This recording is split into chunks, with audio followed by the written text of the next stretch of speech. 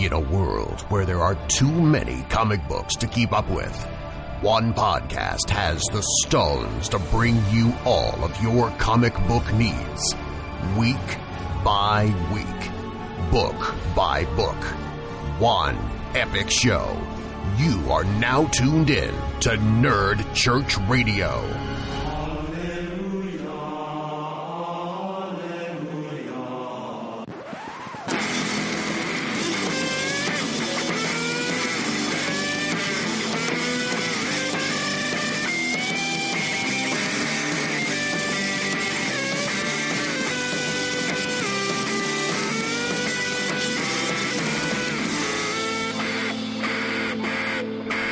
Hello and welcome to Nerd Church Radio Sunday School. I'm your host, Ben Dupay. I am Noah O'Toole.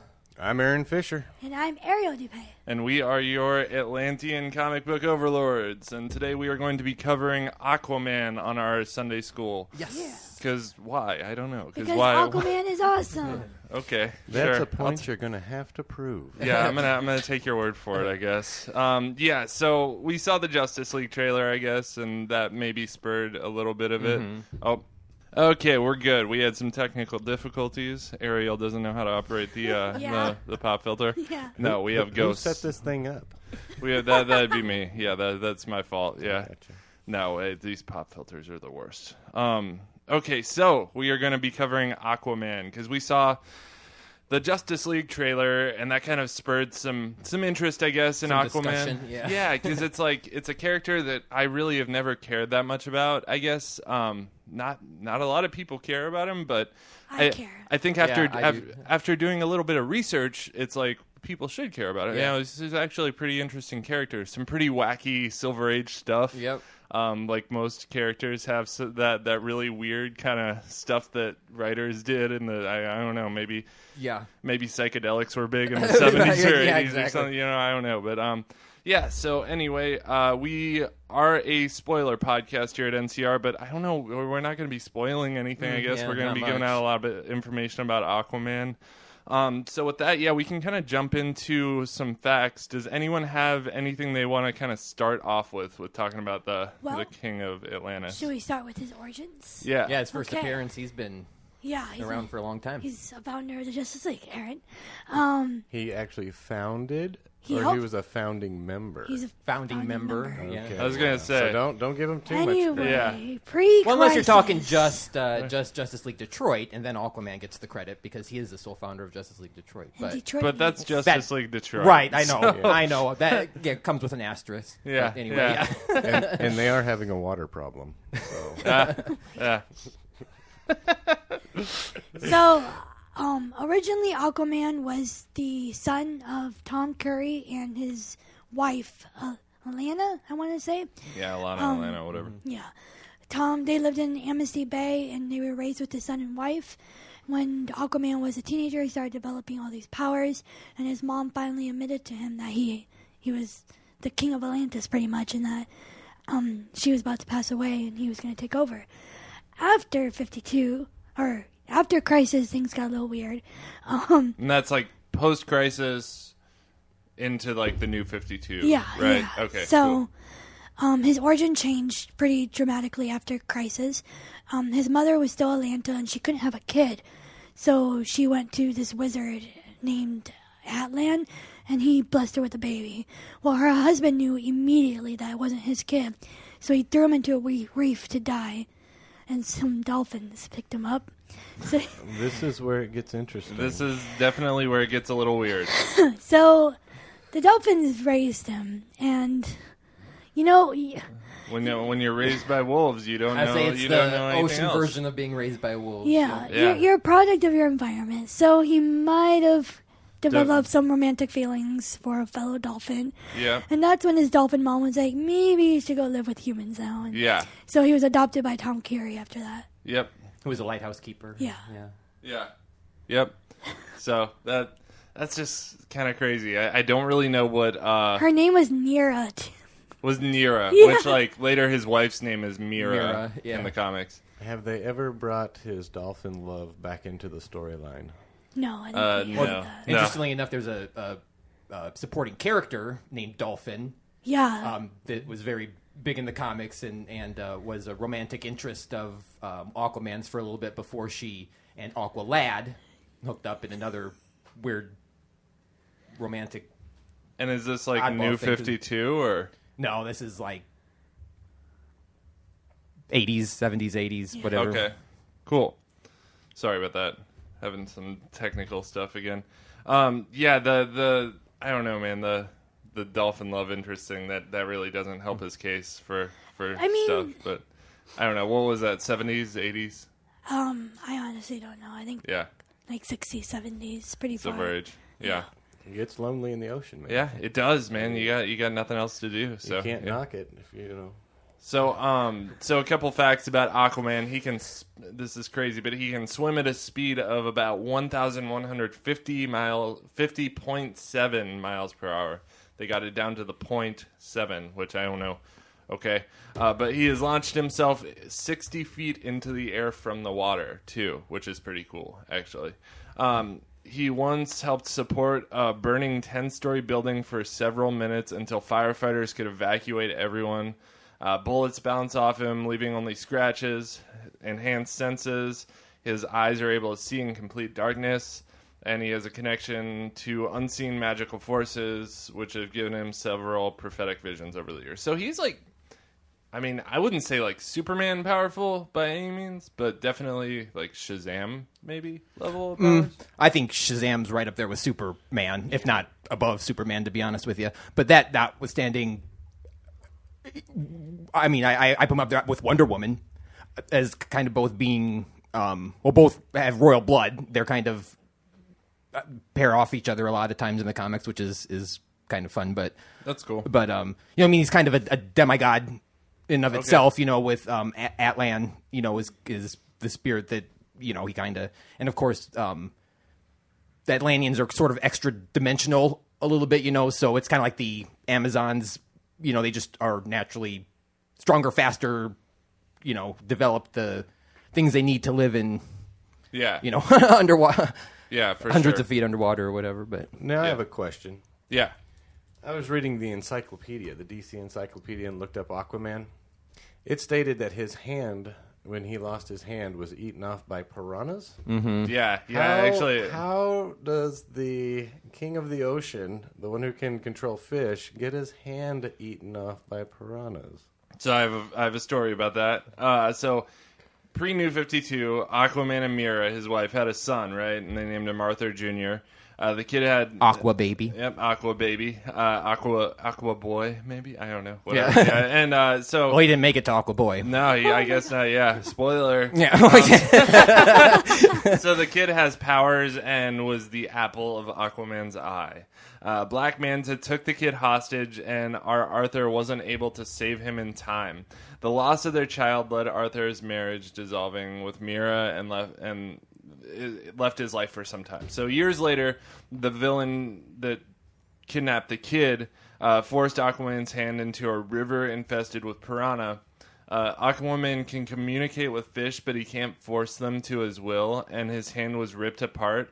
So rather than like considering himself handicapped and just cutting his losses, he pulled a Bruce Campbell and was just like groovy. And he grabbed the nearest harpoon, strapped it to his wrist like a badass, and later this was replaced with a mechanical version that could spin like a drill, fire as a spear gun, and could deliver an electric current.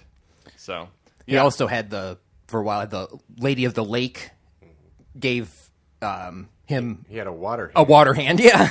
a water hand. He Yeah. had a water hand. Yep. So was this kind of like did you guys watch Young Justice at all? Have you seen that, Aaron? Mm-mm. No, it's kind of like Teen Titans but a little more adult cartoon. But there was what was the kid, Aqua Boy or Aqualad? Aqualad, yeah. He had these swords that like were basically just handles, but they were made out of water, so he could kind of like will water to form into blades or whatever. Was Right. it kind of like that for his hands, sort of, for Aquaman? Yeah, a little bit. I mean, it was a magical water hand. If you could imagine a fist made of water, So then you've got it. So how does can he pick things up with it? Like, Yeah. Well, it's like, I mean, Mira is the same way. She can make hard water constructs. Okay. Much like the Green Lanterns make, their constructs, but hers is made out of water. And I mean, if you just think about if you were to fall out of a plane and hit the water, it's like hitting concrete and the condensed molecules and it hurts. Cool. So it's a pretty powerful thing. But I want to touch on the Aqualad really quick and Young Justice because it's a good transition. As far as Aquaman supporting characters go and, outside the Aquaman just himself, he's is important, resonates other characters throughout the DC universe. And this version of Aqualad, what's his name? Jason Hyde, originated in Young Justice. That was his first appearance was in the cartoon, that version of it. He really didn't. And then they reintroduced him in Brightest Day. Oh, he was in Brightest Day? Yeah. Okay, cool. That's when he was introduced, and now he's a regular... he's with the Titans now and stuff. Teen Titans, yeah. Yep. Literally just showed up like last week. And they kind of changed his origin up a little bit because he was like... He had a love interest in Young Justice that was a young girl, and they turned him into like now he's a gay character and kind of gave him a different backstory or whatever. It's cool. I mean, most the essence of him still stayed kind of because he was always like told that he was like I don't want to say allergic to water, but that he had to stay away from water, and his parents sheltered him from knowing who he really was, and so that kind of stays the same. But that makes sense to have him be an LGBT character too, because that's a struggle. They go through with their parents and things. So it kind of led to his self awakening and joining of the Titans, the Teen Titans. Because then the other, to get things more confusing, the other Aqualad who goes by the name Tempest, whose real name is Garth, is on the Titans. Yeah, so we got got two Aqualads and Aquaman. And Mira's Aquawoman. I feel like every super team in the DC universe just kind of tries to emulate. Like they all have a speedster, they all have a water person, they all they all have like a super powered being. They all have a Batman. Like one of them has Nightwing, one of them has Robin. Right. So they're always trying to sort of build just mini Justice Leagues. Which is cool. It's a good model. I like it. Getting back to Aquaman, though. So that book you're talking about, it's called Time and Tide. And my theory is that the movie, Jason Momoa, is going to kind of go after that Aquaman. Because that's when he gets a little more unruly. He lets his hair grow. It almost looks like he even beefs up a little bit and, like, becomes more savage. So I think that's the Aquaman they're going to interpret in the movie. Yeah, I agree. And I think that's a good way to go, for sure. Because... definitely there's a lot of connection to like embarrassing things with the orange and green Aquaman. It's like he's been on SpongeBob SquarePants, he's been on Family Guy, and he's been kind of mocked everywhere. The butt of all the jokes, but I mean he's still super. I just remember my first introduction besides the Adam West and Linda Carter TV series of Batman and Wonder Woman was Super Friends. Yeah. And for the longest time, I didn't even really realize that the Flash and the Green Lantern were characters because they weren't in the original, some of the earlier episodes. It was Superman, Batman, Robin, Wonder Woman, Aquaman, and the Wonder Twins. That was the core set. And I used to just love the ocean, and my room was all decorated with fish stuff, and so I loved Aquaman. I thought he was, just cool. But, he rode a giant seahorse, and he had those little do sonar things come out of his head when he tried to communicate with fish, and he was just kind of a little bit of a joke. But then he went through that revival in the 90s where it was like everything needs to be violent and badass, and so he gets his hand chewed off by a piranha and throws a hook on it, and and he was kind of a brooding monarch. He even kills people. Yeah. I wonder if there was any connection to, because I remember around that time like comics had gotten a little safe and stale, and Frank Miller really ended up with his Batman, like The Dark Knight Rises, and turned him into this gruff, like really rough character that was kind of like a dick and really just a badass. And so I wonder if they saw the success from that and were like, hey, let's do that with other characters. I without a doubt credit, if you want to call that movement a credit. I mean, it is what it is, but Frank Miller, I would say, started that ball rolling. Yeah. I mean, without a doubt, just the way he came out, the way he drew his other stories, 300, Sin City. I mean, just... he started that, kind of extreme violence is cool, and the dirty, rough, gritty versions of characters, and people just ate that up, and it is cool. I mean, that's angst. It's a way to go for sure. I mean, I feel like it got him into. It goes through phases, right? Because like New 52 kind of got a little too dark and gritty and stuff, and that's where it was like people are like, okay, let's bring the hope back to the comics and still maybe have some of the dark and gritty stuff, but also have some like hopeful stuff too. Right. You know, doesn't have to be cheesy and hopeful at the same time. In 2004, he returned to his classic look. Yeah, and that's kind of what we have now today. That's continued into Rebirth. Do you guys think, like, in the movie, he'll transfer from this really rough, like, look to a more classic look at any point? I don't think so. I don't think so either. I think people are going to like it'd be a bad idea. Yeah. I've seen him in full armor, though, you know, without... Because normally you see him shirtless with the tattoos and stuff, but pictures are out now with the full, you know, kind of metallic-y, scaly... I mean, it's not... It's kind of spiky. I don't know. It looks cool as heck. Does it? Yeah. Okay. I'm down with it. Okay, I'll have to look that up right now. But he's been such the focus of the commercials, I feel, of the trailers lately with Justice League that he's, you know, really in the spotlight again, which is good in a badass way. Cause yeah, totally. I think it's definitely something where I don't know. I mean, it's something that's the most relatable thing to humans because like. If you've ever been on the ocean, it's great, but it can be terrifying. Just if you're out on a boat like late at night, it's endless and it's huge, and it's like to have all that power behind you is. I mean, it's relatable. I've flown halfway across the Pacific once to Hawaii one time, and it was terrifying just because all you see is water, just ever in a plane, and how deep it would be. I just don't like to think about it.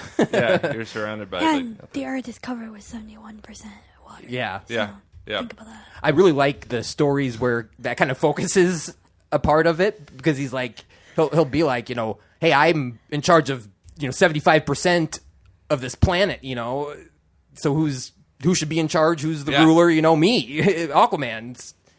Well, yeah, and sometimes he gets, you know, aggressive and badass like that. The what was the animated movie Throne of Atlantis? Yeah, he was. I got a kick out of him getting drunk and talking to the lobster first. That was great, that but was good. Yeah. But you know, he was broody in that. Even though he had his more clean cut look, he was still broody. I feel, you know, kind of in that, and had a, you know, kind of just an aggressive personality. How do you think they're gonna pull off? I've often thought that this would be like maybe the giant chink in the armor of the Aquaman movie is like in the animated movies they're shown in Atlantis kind of like floating around water and just talking as if they were in air, and I don't know how you do that like in a live action thing, like how they're gonna.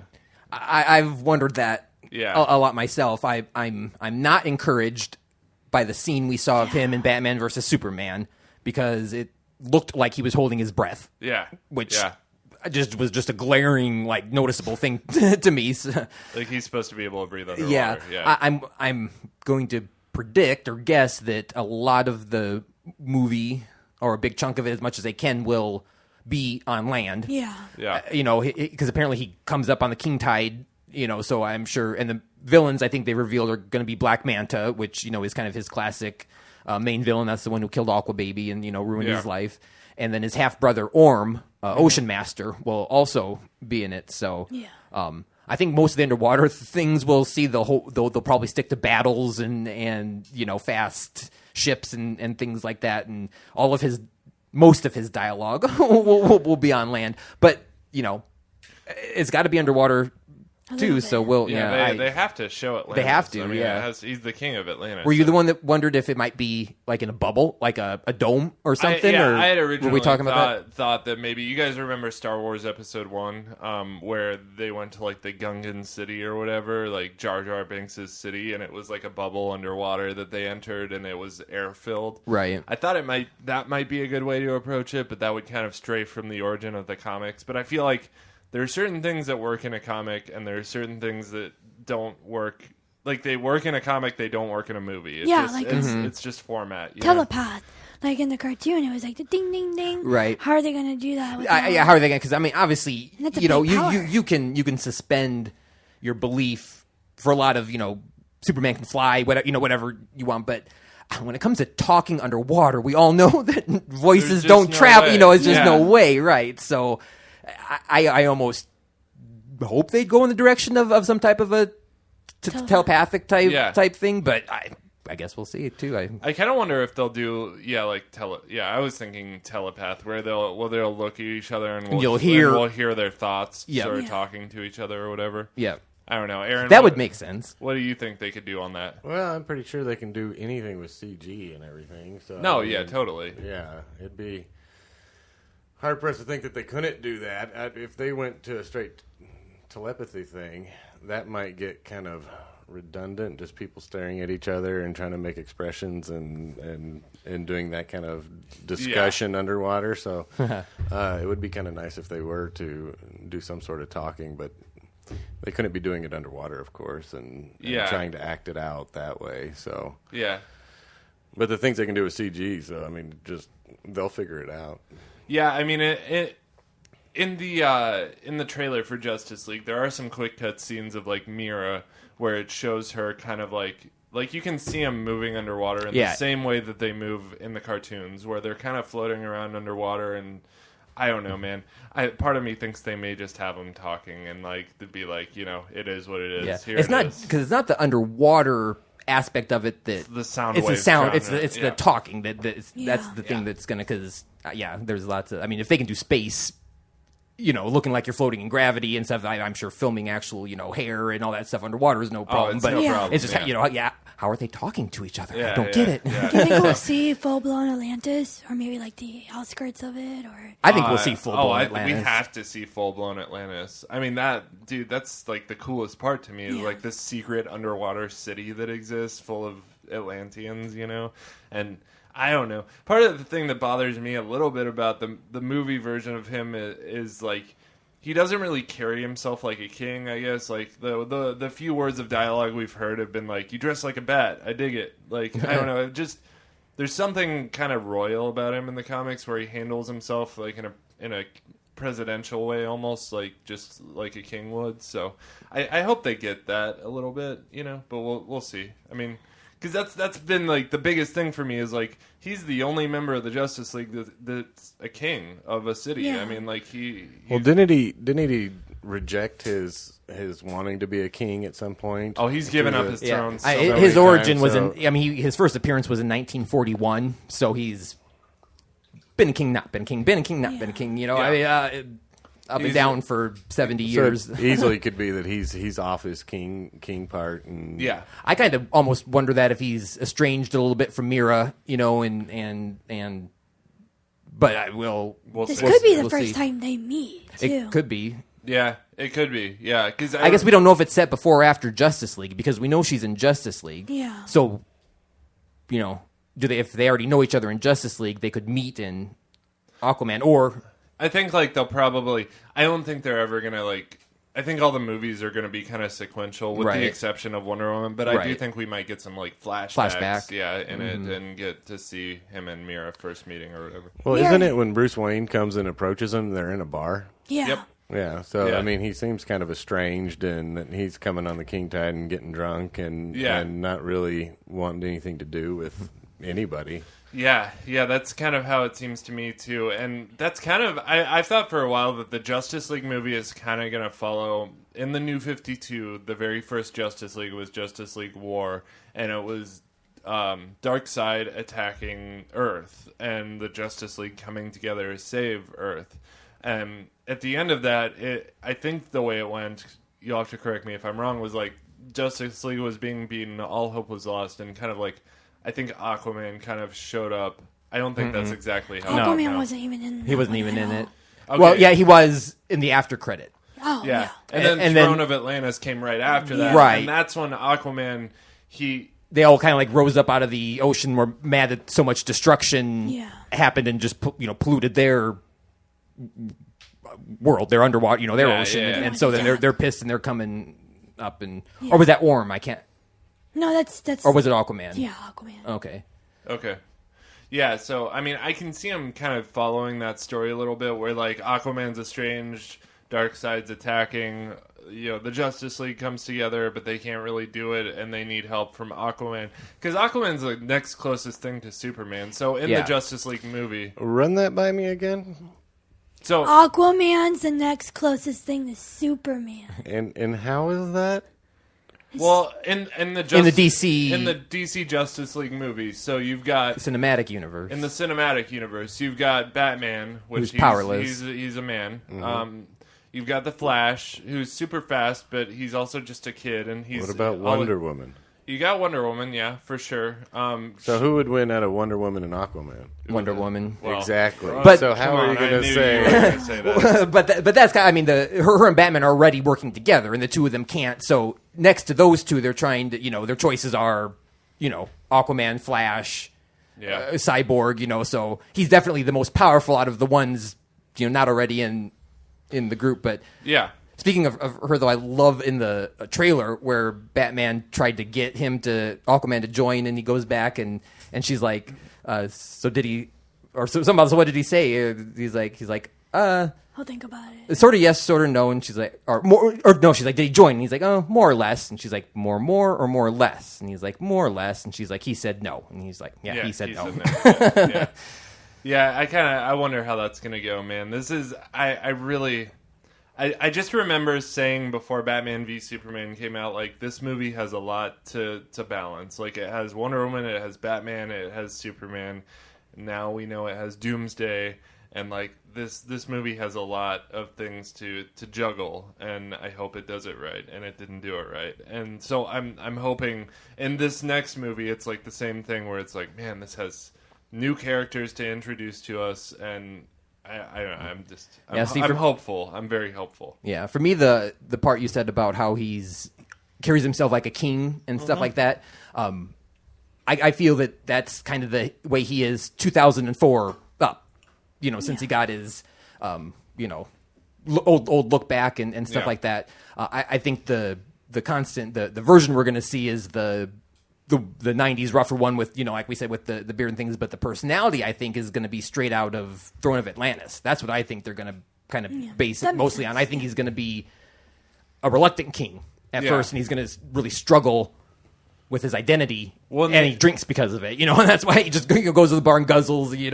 he's depressed and I just unsure of his place in the world, and I think maybe the Justice League obviously might help break through his shell, his seashell, and I think he'll, because like that Arthur kind of talks like we do, just normal dude, sort of speak. And if he only sees one bar once a year, I'm sure he picks up on the lingo though. Man, for sure. Yeah. I dig it, bro. When he was raised by a human, too, right. So it's like, it's not really that unless they go with the dolphin thing. Right. We'll just hope they go with the dolphin thing. So, no, I'm just kidding. So years later. Oh, I'm sorry. I have some more facts about it. So later on, Charybdis was shot by the female superhero named Dolphin, and then Aquaman tripped him, sending him headfirst into the Piranha River, where Charybdis met his maker. Beyond his miraculous skill and power, Aquaman's trident, known as the Trident of Neptune, is by far his most powerful weapon, granting him powers beyond his own, and being a weapon suited to his natural fighting abilities. The trident has become Aquaman's most iconic piece of gear, and is definitely one of my favorite things to beat people's ass with in Injustice Gods Among Us. Yes. Now, on this topic, this Yeah. is when I've seen Aquaman kick the most butt, and that was when Ariel was whooping you with Aquaman in Injustice. So I just wanted to throw that out there. She does, yeah. She likes to throw the... you remember in Mortal Kombat when you would just duck and punch someone until you won? Like, she does that with the trident and Aquaman. Because it has kind of a long reach, so I can't even get close to her. Yeah. Yeah. So. Just spam the same move over and over. Yep. And so I do that with the Green Lantern, though. So Funny. I hear a lot of excuses over there. Yeah, whatever. Yeah. So before the New 52, the Trident could manipulate water and weather, and it could shoot bolts of lightning and create force fields. Perhaps one of the weirder powers, the Trident could be used not just to make things disappear, but it could also turn living creatures into other beings. So it's almost like a magic wand of sorts, I guess. Yeah. The Trident also stands as a symbol of Atlantean royalty, which is pretty cool. I love the Trident, man. As far as, like, I'm a big like melee weapons fan. Right. I mean, in video games or just in general, I collect pocket knives and stuff. I don't know. I love a good like sword or knife. So having him have that with him is just like, oh man, he's gonna. One of my favorite parts of the Justice League trailer was like Batman launching him off of the Batmobile into like 3 parademons. And just like going crazy. Yeah, like, that was the coolest thing. I can't wait to see those those battle scenes. Oh, dude, that was like the most about only redeeming thing about Batman v Superman was when the 3 of them finally all fought Doomsday. You know what I mean? And say what you will about like Batman v Superman, I think that is the most visually appealing live action Batman stunts that we have ever seen. I think way better than any of the Christopher Nolan stunts. Yep. I think they just visually Zack Snyder can set up. He nailed that. The scene is, I'm not even a huge Batman fan, but like that scene where he sees Doomsday coming at him and just gets that oh shit look on his face and turns and fires the Batarang and like hangs onto the corner of the building. That's just so iconic. Just, the way he hung off that. I mean, that just nailed. And the cape flowing and stuff. I was just like, wow, good job. Yeah, well, I agree. And it was the first time that he actually started using his tools to throw items around. So there's a part where he grapples onto like a box of things and just launches it at people. Right. Yeah. And that was the first time he's actually started using his grappling hooks in different... When he rescued Martha... That was awesome. Dude, that whole scene where he like came into the top floor of the building and like pummeled through a wall and grabbed someone and like yanked him through the wall. And when he came up through the floor. Oh, he came up through the floor. Yeah. Yeah. That was the coolest. And like one of my favorite parts of that too is that was the first time we've ever seen Batman get shot Take a point blank in the head and just back of the not head. even be affected by it. Well, I wouldn't say that. You could tell he was like, I mean... Well, yeah, but like... He could, but the cowl could stop a point blank Yeah. bullet. That was crazy. Yeah. Which, like, how does that even work? I mean, he's got to have some high tech armor. That's the one thing I was mad about with Superman and Batman is that they didn't show Batman just kicking butt and getting the kryptonite. It showed the aftermath, and it's like, man, I'm here to watch Batman. Yeah, there was a lot of. So they wasted so much time on. I thought the dumbest thing ever was that Lois threw that kryptonite spear into the water. Gosh. Why did you? And then she had to turn around and go back and get it. And then she drowns. She pulled a real Barry Allen. Well, actually, she pulled a real Lois Lane. Yeah. She's known for doing a bunch of bonehead things too throughout the years. She is the female. Sometimes she's written really intelligently, but other times she's just like she does such bonehead things. That I love her in this current Superman story that's going on. Yeah. She's kick ass in that story.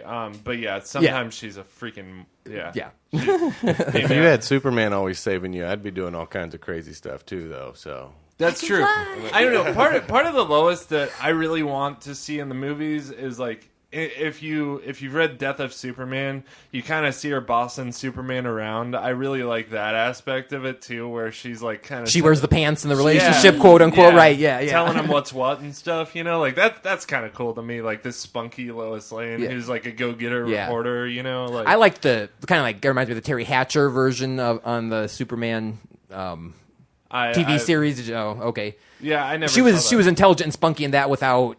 I mean, of course, it was a series, so she had to get in trouble all the time and things like that. But it wasn't, in a bonehead type way. I always think of the Superman movies with Christopher Reeve, because I'm that old. And there was one where she was convinced that Clark Kent, the second one, she was convinced Clark Kent was Superman. She knew it, and she was right. Mm-hmm. And in order to prove it, she jumped into the Niagara River.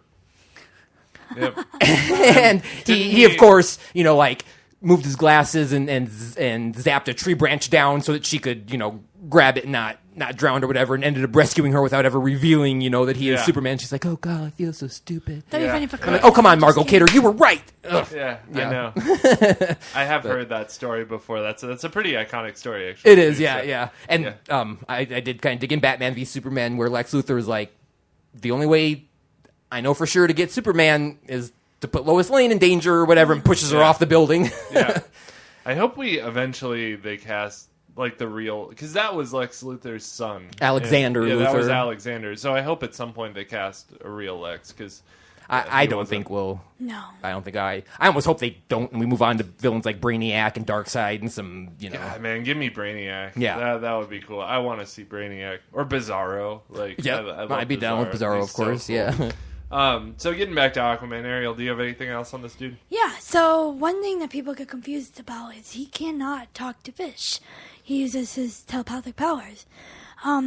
His telepath can also influence non-aquatic life. Did I say that right? Mm-hmm. In subtle ways. He can't read minds and directly communicate with people, but in different adventures, he's given people hypnotic suggestions. In one battle, he caused an enemy to have a seizure simply by looking at him and concentrating. And then he also put a mental attack on an evil Kordax, which I don't know too much about Kordax, but the villain was in so much pain he killed himself to make it stop. What? Yes. That's crazy. Wow. And Mira can dehydrate you and kill you. Yeah, she can flat out control water, so she can Yeah. draw all the moisture out of Anything. your body. Yeah. That's pretty terrifying, actually. Yeah. Also Also pretty useful if you like beef jerky or dehydrated. So I kind of consider, she could just do it really quick, and I'll be like, So Aquaman's empathic. Then I guess would be a good way of kind of thinking. So what do you about mean by empathic? What's that? being able to be intuitive of people's emotions and thoughts without reading their minds. Okay, cool. And he uses that. Yeah, Huh. That's cool. So I had read that he actually got his orange and green uniform or suit from being a captive of the Atlanteans, and that was his outfit while jailed. And when he broke out, he just kind of kept that suit. Is this true? Yeah. And in one of the, at one time. I was going to say, is that really... Because I know in New 52, that's like the royal armor. Right, yeah. No, this was 60s, late 60s, early 70s. That's where he met Volko, which is kind of his I don't want to say Jimmy Olsen, but just like his royal advisor. Sure. And they broke out of that prison together, and William Dafoe is playing Volko in the movie. Oh, really? So Yeah, he'll be in you it. hear that? Is it VOLCO? VULKO. Awesome. Oh, I don't remember. Was there some issue with whitewashing when it came to that? I've been hearing man, a that's lot gonna about be this. perfect. Oh, because he is kind of he's not exactly a Caucasian. He's not exactly Caucasian. He's not exactly not Anything. either. But I mean, Aquaman himself, got diversified as far as his race and stuff goes. So I mean, I hope people don't split hairs about. See, Volko, I've been 'cause reading he's about such this all over the internet. They're really upset with Ghost in the Shell, Yeah, that did get. but People- they're expanding it to even this because they're upset about whitewashing. All these Asian and other characters are being cast as white people. So I heard this on a podcast, and I want to clarify. Someone said Ghost in the Shell bombed because they cast Scarlett Johansson as the main character, and the studio actually admitted that was the case, but they didn't say why. Why are people upset? Because the original, from the comic, She's Asian? The manga, Asian, yeah. I mean, she's a. Asian. More technical. Aaron's just messing stuff up on left and right. I just got Jeez, questions. Aaron. I got questions. No. Yeah, but I mean, Ghost in the Shell is an anime comic from Japan. Very, and very she's large cult Oh, following. huge. There's all kinds of anime movies and stuff out there on Ghost in the Shell that are excellent. If you like that, you should definitely check that out. But and I think we know Scarlett Johansson can carry a movie, and it's just a shame that they put her in this and not a Black Widow movie, because that would have been a success. But between Iron Fist, which I think is a little unwarranted because they're mad that they cast a white actor to play the part of a white actor. He was a white character. Of a white character, the right? main girl is Asian. It's not like they didn't. I'm more mad about Iron Fist sucking because it sucked. It was just not good. It was good, but you have to admit it wasn't the strongest piece of Netflix Marvel stuff. I mean, it should have been like a fun kung fu thing. The newest trailer for Defenders shows them in an elevator. The only one who's concealing their identity is Daredevil, and he has a freaking bandana wrapped around his head like Iron Fist is supposed to. It's like, why isn't Iron Fist wearing a bandana? I don't know. I just wanted to see some type of costume because I really like his costume. Yeah, but I think of all the good ways that they are adding diverting people over. Get back, Aquaman for one, obviously is huge. Yeah. Thor Ragnarok is coming out. And a black actress was cast as Valkyrie, who is obviously a white blonde character in the comic books. Wonder Woman. Artemis. Artemis. Yep, who's a Caucasian redhead is now an African American character who's the world's best female boxer. So that's great, and I was listening to a podcast, DC Movie News, the other day, and one of the guys on there, Mike Kalinowski, was saying that they think, or he thought that they're going to cast a non-white person for Batgirl. And I was like, I guess like they're really involved in like the Hollywood scene, like they live out in Hollywood, and they're very much about the movies and casting and stuff. To me, it was like, I don't know. I hate to say like I want a white character because it's like just because she has such an iconic look, like the Barbara Gordon with red hair, white girl. Yeah. Also, they cast. Wasn't it her Commissioner? dad. Commissioner Gordon's daughter? I was gonna say my biggest red flag when you say that, and I wouldn't mind, obviously, the right way diversifying being done right, but yeah, I mean, my thing is she's Barbara Gordon, and she's Commissioner Gordon's daughter, and you already cast, and you've already cast J.K. Simmons as Commissioner Gordon. And yeah. In the new Fantastic Four movie, they made Susan Storm and Johnny Storm different colors. I don't care if they're both black. Make them both the They're same brother color. and sister. Oh, exactly right. Yeah. They made one white, one black. Make Yeah. them either both black or both white. Yeah, or I mean, have some type of explanation where it's like you're my half brother, or you're my step brother, or don't just. Here's a brother and sister. They're different ethnicities, and we're not going to just don't ask questions. Yeah. I don't know, man. Stuff like that to me is like, Who's okay, your daddy? I'm all for diversification. Let's diversify the shit out of these movies, but let's at least do it in a logical way. Yeah. You know? I know. I kind of think too, but I don't know. Like you want to have like. I don't know, man. You could even have like a Samoan like Robin or something. Like if you want to have like a Asian Robin, that'd be cool. I think Robin would be a great character you could diversify because he's got no specific tie to a race. Yeah. I mean, his character could be interchanged with any race. You could have a Damian Wayne that was like, well, he's Asian. different Because he's the legitimate son of Batman and Talia al Ghul. I guess Yeah, Talia. but- And Talia's actually, I'd say, a non-Caucasian character because I mean Ra's al Ghul's Middle Eastern, so she's Middle Eastern. That's what I was gonna say. Damian's originally half from the Orient or whatever, or Middle East. Middle East, yeah. Yeah. They're Okay. from Middle So East. I mean, so you could have him be half. I would love to see Black Stephen Yeun as Nightwing. Yeah, that's been a big. So Aaron, do you know Stephen Yeun? He's the guy who played Glenn on Walking Dead, the one who got his head bashed in. Yep. Him as Nightwing. Oh, that's interesting. Yeah. My only thing about, and I mean, certainly not his race or anything, but he seems too small, too petite.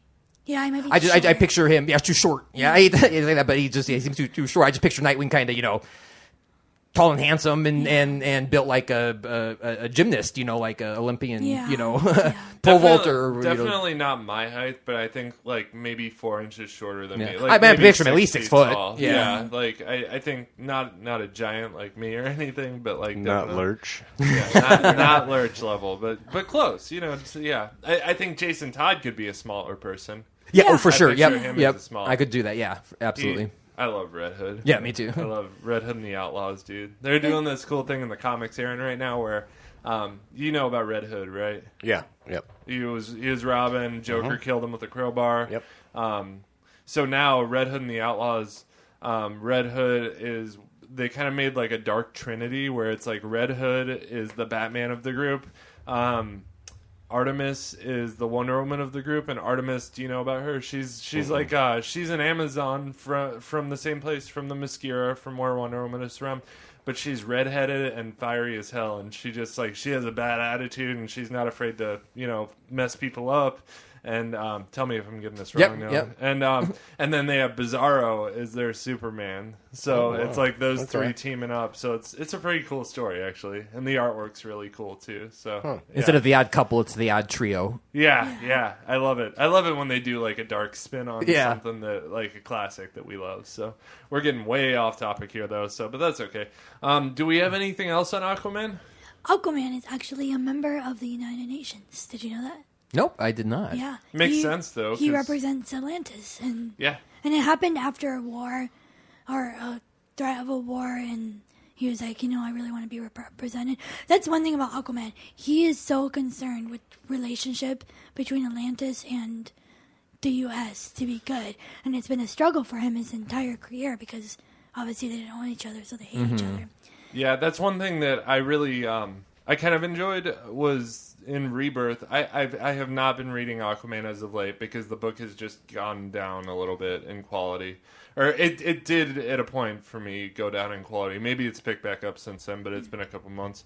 But there was a conflict between Atlantis and the United States government, and like it was Black Manta who was kind of creating this conflict, but he was making it look like it was Atlantis. And Aquaman like let himself be captured, taken to jail, and he was like all about diplomacy and trying to like figure this out. He let him handcuff him, even though like what's the point, And then like Mira I could break came and was like, "Oh hell no, not my man." Yeah, she just mirrors like the water version of Artemis, pretty much. Yeah, she's just kind of like, why are you being so nice to these humans? We're bigger and more powerful from them. Just take it from them. Just move. Yeah. Well, it's not like I don't know. You'll see her being like, Arthur. Yeah, like what could humans really do to Atlantis anyway? Like if they did get mad at them, like it's not like they can really hurt Atlantis. And start dumping all of our garbage in the That's ocean. what I was going to say, just toxic waste everywhere and everything else. That's terrible. We do that already. Atlantis can strike back pretty hard, though, I think. And yeah, they could, and they do. And has there ever been anything between Swamp Thing and Aquaman? Because I would think like the land and the sea, the Land King, because he's technically the king of all of the living of the green. I would wonder, that would be kind of a cool team up, I think, having like that would be interesting. I'd not thought of that. Team up with the King of the Sea. I don't know. I think that would be cool. Plus, I love Swamp Thing. So. Right. I mean, those two together like literally control the entire planet, the entire living planet. Yeah, I guess. Yeah. Well, there's also the Red, which is like what Vixen and Beast Boy are tied into, which is animals that like the like living being something like that. Cool. Yeah, I can't remember how they, but cool. All right. So in Swamp Thing number 32, Swamp Thing actually fought Aquaman. Oh, cool. Yeah. Who won? It was probably a stalemate like most. Yeah, because Aquaman was accusing him of something, and so they fought. Okay. But since you mentioned that you're not reading Rebirth, one cool thing is, we all know Mira is like the fiery redhead. She has a hot temper. Well, to marry Aquaman, she had to go have a prophecy be told on her. And it said that once they got married, Aquaman would die and she would take over. And she'd be so hurt that she would bring the deluge, which is pretty much the end of all times. So she's been terrified of this prophecy. So she's been really timid lately. And there was even one panel that was really cool where she's standing there and she's like, "What do I do?" And Aquaman, for the first time ever, was like, "Go fight. What are you doing? Go do what you do." And she's like, "Oh, I don't know." So it's really cool. You should keep reading because they're showing a different side. Yeah, I'm gonna catch up. I've been trade waiting right now and just waiting till because right now it's just the first trade that's out and I'm waiting for the next ones to come out. So because I don't save the comics when we get the digitals, I delete them. So. All right, cool. Well, do you guys have anything else on Aquaman? I'll give the listeners two Aquaman stories that they might want to pick up if they want to read more about Aquaman. Aquaman, the third series, issue number 2 from 1994, is where he loses his hand, and that's kind of like the redefining issue for Aquaman for a lot of generation of people, including myself. And then Aquaman, the fourth series, number 15 from 2004. Is where he kind of got returned to his classic look and started kind of the new version that we know more today. And so those are two good Aquaman story picking up points. Awesome. In your local comic book store, I'm sure you can get them for $1. Very cool. Or less. Yeah. Awesome. I have to ask, after learning more about Aquaman, Ben and Aaron, how do you feel now? I've always thought he was. I mean, I make fun of him. I make fun of Superman too. I make fun of I make fun of all of them. It's all pretty ridiculous. They're all. I mean, it's comic books. You're supposed to have fun with it. Yeah. But I don't know. I mean, I think he's awesome. I think there's definitely some laughable points to him. But again, there's laughable points to Superman too. So. Well, Aquaman's got a lot of. It's cool in theory, to me. Because I mean, yeah, it would be awesome to have some sharks on your side and do all these different things and in the water. If I had a trident, I'd be like Anchorman and Brick, and I'd be throwing it at people. And did Aaron just kill someone? Yeah, I need to go lay low for a little bit. Yeah. But, I never thought he used it enough. I like Namor in Marvel because he was always angry and really strong and was never... Whereas Aquaman never put off that same vibe, I guess. And even in the comic books I've read just recently, since I got here and just wanted to read one, it was pretty good, but still there's a level that he doesn't seem to be able to reach. Like I can look at the Batman versus Bane one here, and I looked at it, and it was just brutal, and there was a level of violence and aggression, and he can sit there and say, you forgot who I am, I'm Bane, and he says I'm Batman, and bashes him in the head, and you don't get that from Aquaman, and it was kind of interesting how they used him, and he was able to actually make fun of himself, and they used all that in the storyline that I read, and it was more, action and violent and different things that way, but there's just always something. I'm kind of hoping with the movie they change it up a bit, and with the actor they got, he's one of the toughest, coolest characters ever. Mm-hmm. He was Conan, he was in Game of Thrones. That guy is awesome. Khal Drogo. Yeah. So that should do him quite a bit of justice. So I'm really curious about it. But I did learn a lot about Aquaman, and really enjoyed the dolphin love story and different things that way. But I like Aquaman in theory. I just don't ever think that they did him justice in what they could have done with his character. I think part of it is the mythos behind him. There isn't 40, 50 years of mythology behind him like there is a Batman. Batman's a badass. He's been a badass since, even since 1966 when on the TV show. He was still a badass for the time. Even though he was kind of a silly badass, but he could do things that everyone else couldn't do. He was a superhero. Right. Yeah. I guess. Yeah, sure. That see-through shield was pretty cool. I did always want that. But there's a mythos built up around Batman of being like this dark Jesus. Dark badass. But I don't know. Aquaman doesn't kind of have that mythos built up. So we are out of time, though, so I am going to sign us off here. Ariel, where can we find you? I'm Ariel the Oracle on Twitter.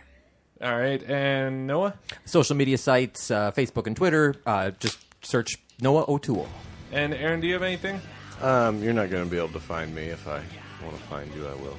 Awesome. If you want to find me, I am on Twitter at IndieComicBen or Nerd Church Radio everywhere. So thanks a lot, everyone, and have a good week.